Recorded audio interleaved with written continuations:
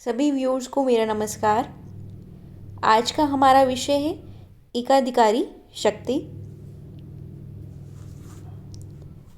सबसे पहले हम पढ़ेंगे कि एकाधिकारी शक्ति होता क्या है। एकाधिकारी शक्ति नियंत्रण की उस मात्रा को प्रदर्शित करता है। इंग्लिश में कहते हैं इसे मोनोपोली पावर। Monopoly power. एकाधिकारी शक्ति नियंत्रण की मतलब कंट्रोल की उस पावर को प्रेजेंट करता है, नियंत्रण की उस मात्रा को प्रदर्शित करता है जो कि एक उत्पादक को अपने पदार्थ की कीमत तथा उत्पादन पर प्राप्त होता है। एक उत्पादक को अपने पदार्थ की कीमत और उत्पादन पर जो प्राप्त होता है उसे क्या कहते हैं? एकाधिकारी शक्ति। सिंपल लैंग्वेज में अगर मैं कहूँ तो एकाधिकारी शक्ति का मतलब होता है कि एक उत्पादक अपनी प्राइस, अपने जो प्रोडक्ट हैं उसकी प्राइस पर और आउटपुट पर कितना कंट्रोल रख सकता है, उसकी कीमत पर और उत्पादन पर कितना वो नियंत्रण स्थापित कर सकता है, उसे कहेंगे एकाधिकारी शक्ति। इंग्लिश में कहेंगे मोनोपोली पावर। नेक्स्ट कंसेप्ट है कि मेजरमेंट ऑफ मोनोपोली पावर। एकाधिकारी शक्ति के मापक क्या हैं? एकाधिकारी शक्ति को 3 तरह से मापा जा सकता है। पहला है मांग की लोच, elasticity of demand. Elasticity of demand पर मैंने एक वीडियो बनाई है, उसमें आप देख सकते हैं कि इलास्टिसिटी ऑफ डिमांड होता क्या है। Elasticity of demand. दूसरा है लर्नर सूचकांक, लर्नर इंडेक्स। और तीसरा है मांग की तिरछी लोच, cross price elasticity of demand. ठीक है, तो एकाधिकारी शक्ति के 3 मापक हैं। पहला मांग की लोच, दूसरा लर्नर सूचकांक और तीसरा मांग की तिरछी लोच। हम एक एक करके इन तीनों मेजरमेंट के बारे में पढ़ेंगे और ये समझेंगे कि एकाधिकारी शक्ति को किस प्रकार प्रभावित करते हैं। मांग की लोच, ये कंसेप्ट जो है ये श्रीमती जॉन रॉबिन्सन के द्वारा दिया गया है। मांग की लोच, इलास्टिसिटी ऑफ डिमांड का जो कंसेप्ट है वो श्रीमती जॉन रॉबिन्सन के द्वारा दिया गया है। उनके अनुसार एकाधिकारी शक्ति तथा मांग की लोच में विपरीत संबंध पाया जाता है। उनके अनुसार जो मोनोपोली पावर होती है और इलास्टिसिटी ऑफ डिमांड होती है उनमें अपोजिट रिलेशन पाया जाता है। इनके अनुसार मांग की लोच जितनी अधिक होगी एकाधिकारी शक्ति उतनी ही कम होगी। जितनी मांग की लोच अधिक होगी उतना ही एकाधिकारी शक्ति कम होगी। एक विक्रेता का अपने पदार्थ की मात्रा पर व कीमत पर कितना नियंत्रण है ये उसकी इलास्टिसिटी ऑफ डिमांड पर डिपेंड करता है। इसका मतलब है कि इन दोनों में क्या रिलेशन है? अपोजिट रिलेशन है। अगर इलास्टिसिटी ज़्यादा है तो जो मोनोपोली पावर है वो कम होगी और इलास्टिसिटी कम है तो मोनोपोली पावर ज़्यादा होगी। अतः डाउनवर्ड स्लोपिंग एआर की लोच जितनी अधिक होगी मोनोपोली की पावर उतनी ही कम होगी। इस प्रकार हम कह सकते हैं इन दोनों में क्या रिलेशन है? अपोजिट रिलेशन है।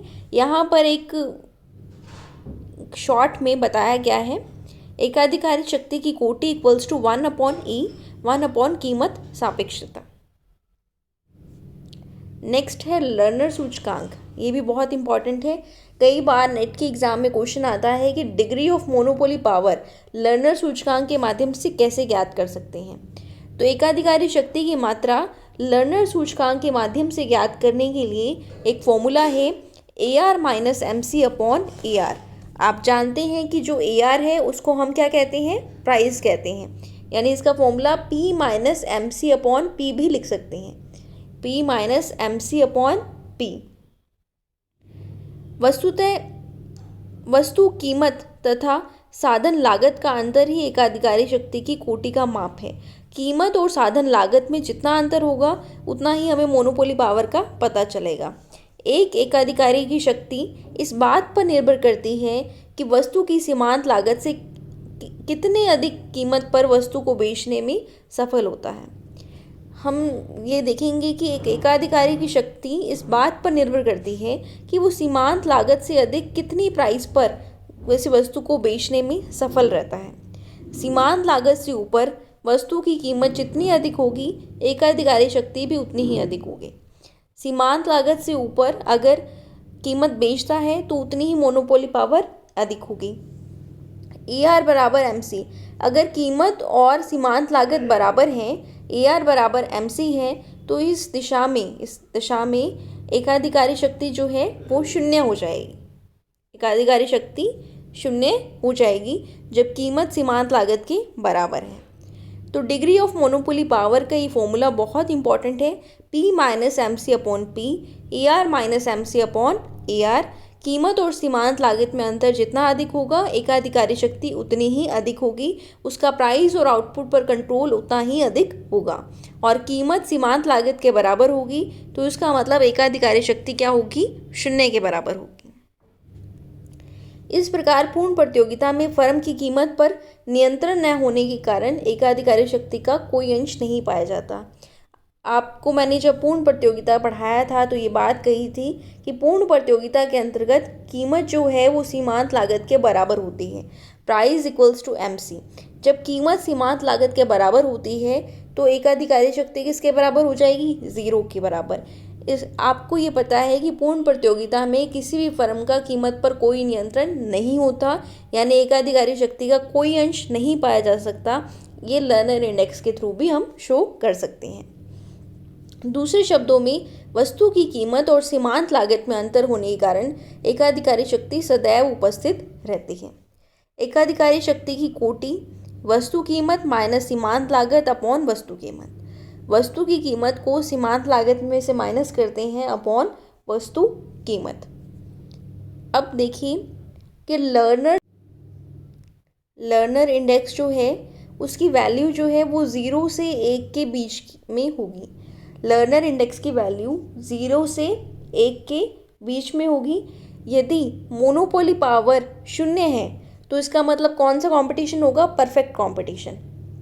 और अगर मोनोपोली पावर 1 है तो इसे प्योर मोनोपोली कहेंगे, मतलब एक ही सेलर है, उसका कंट्रोल है कीमत और उत्पादन पर। तो कई बार ये क्वेश्चन आता है और ये पॉइंट इंपॉर्टेंट भी है, पूछ लेते हैं एग्जाम में कि लर्नर इंडेक्स कहाँ से कहाँ तक वेरी करता है। तो आपको पता होना चाहिए कि लर्नर इंडेक्स जो है वो 0 से 1 के बीच में वेरी करता है। लर्नर सूचकांक किसे कहते हैं कि कीमत तथा सीमांत लागत के अंतर को यदि कीमत से भाग दिया जाता है तो लर्नर सूचकांक हमें प्राप्त होता है। संक्षेप में ये कह सकते हैं कि कीमत और सीमांत लागत में अंतर जितना अधिक होगा डिग्री ऑफ मोनोपोली पावर उतनी ही अधिक होगी। इस जो तीनों मेजरमेंट हैं उसमें लर्नर इंडेक्स बहुत ही इम्पॉर्टेंट है, बहुत बार एग्जाम्स में क्वेश्चन आता है, इसलिए आपको इसके बारे में पता होना जरूरी है। प्रोफेसर ट्रिफिन ने एकाधिकारी शक्ति की कोटि की मांग की आड़ी लोच के अर्थ में स्पष्ट किया है। देखिए, पहला जो माप था वो था इलास्टिसिटी ऑफ डिमांड, दूसरा था लर्नर इंडेक्स और तीसरा था मांग की आड़ी लोच, क्रॉस इलास्टिसिटी ऑफ डिमांड। ये जो कंसेप्ट है ये दिया है प्रोफेसर ट्रिफिन ने। तीसरा कंसेप्ट कौन सा है, क्रॉस इलास्टिसिटी ऑफ डिमांड। किसने कंसेप्ट दिया है, ट्रिफिन ने। मांग की लोच का कंसेप्ट किसने दिया था, श्रीमती जॉन रॉबिन्सन ने। लर्नर सूचकांक लर्नर ने दिया है। और ये जो क्रॉस प्राइस इलास्टिसिटी का कंसेप्ट है, यहाँ मैं एक बात बता दूँ कि ये कंसेप्ट सबसे पहले तो कैल्डर ने दिया था, लेकिन इसको पॉपुलर करने का और एम्फेसाइज करने का काम जो है रॉबर्ट ट्रिफिन ने किया। उनका एक वर्क है value theory and general equilibrium analysis, value theory and general equilibrium analysis. इसमें उन्होंने बताया कि मांग की आड़ी लोच जितनी अधिक होगी, मांग की जो आड़ी लोच है वो जितनी अधिक होगी एकाधिकारी शक्ति उतनी ही कम होगी। इसके विपरीत मांग की आड़ी लोच जितनी कम होगी एकाधिकारी शक्ति उतनी ही अधिक होगी। मतलब इन दोनों में कैसा रिलेशन पाया जाता है, अपोजिट रिलेशन पाया जाता है, आड़ी लोच में और एकाधिकारी शक्ति में। शुद्ध एकाधिकार में मांग की आड़ी लोच शून्य होती है, जो प्योर मोनोपोली होती है उसमें मांग की आड़ी लोच क्या होगी, शून्य होगी, क्योंकि प्योर मोनोपोली में कंट्रोल क्या होता है, सबसे अधिक होता है। एकाधिकारी वस्तु के निकट स्थापन उपस्थित नहीं होता।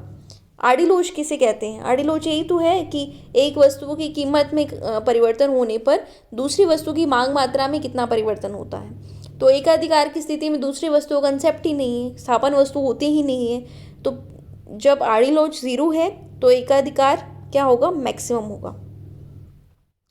ऐसी दिशा में प्रोफेसर ट्रिफिन के अनुसार एकाधिकारी शक्ति अधिकतम होती है। पूर्ण प्रतियोगिता में मांग की आड़ी लोच अनंत होती है, जिसके कारण पूर्ण प्रतियोगिता में एकाधिकारी शक्ति न्यूनतम तथा शून्य होती है। अब पूर्ण प्रतियोगिता में एकाधिकारी शक्ति होगी ही नहीं, एकाधिकार का कंसेप्ट पूर्ण प्रतियोगिता में पाया ही नहीं जाता, बहुत सारे क्रेता विक्रेता होते हैं, इसलिए पूर्ण प्रतियोगिता में एकाधिकारी शक्ति क्या होती है, शून्य होती है। ये टॉपिक बहुत ही छोटा और बहुत ही अच्छा टॉपिक है, बहुत बार एग्जाम्स में क्वेश्चन आते हैं, तो ये आप ध्यान से पढ़िए, कोई प्रॉब्लम हो तो आप पूछ सकते हैं।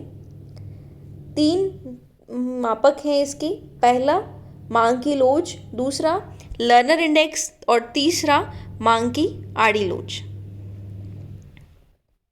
धन्यवाद।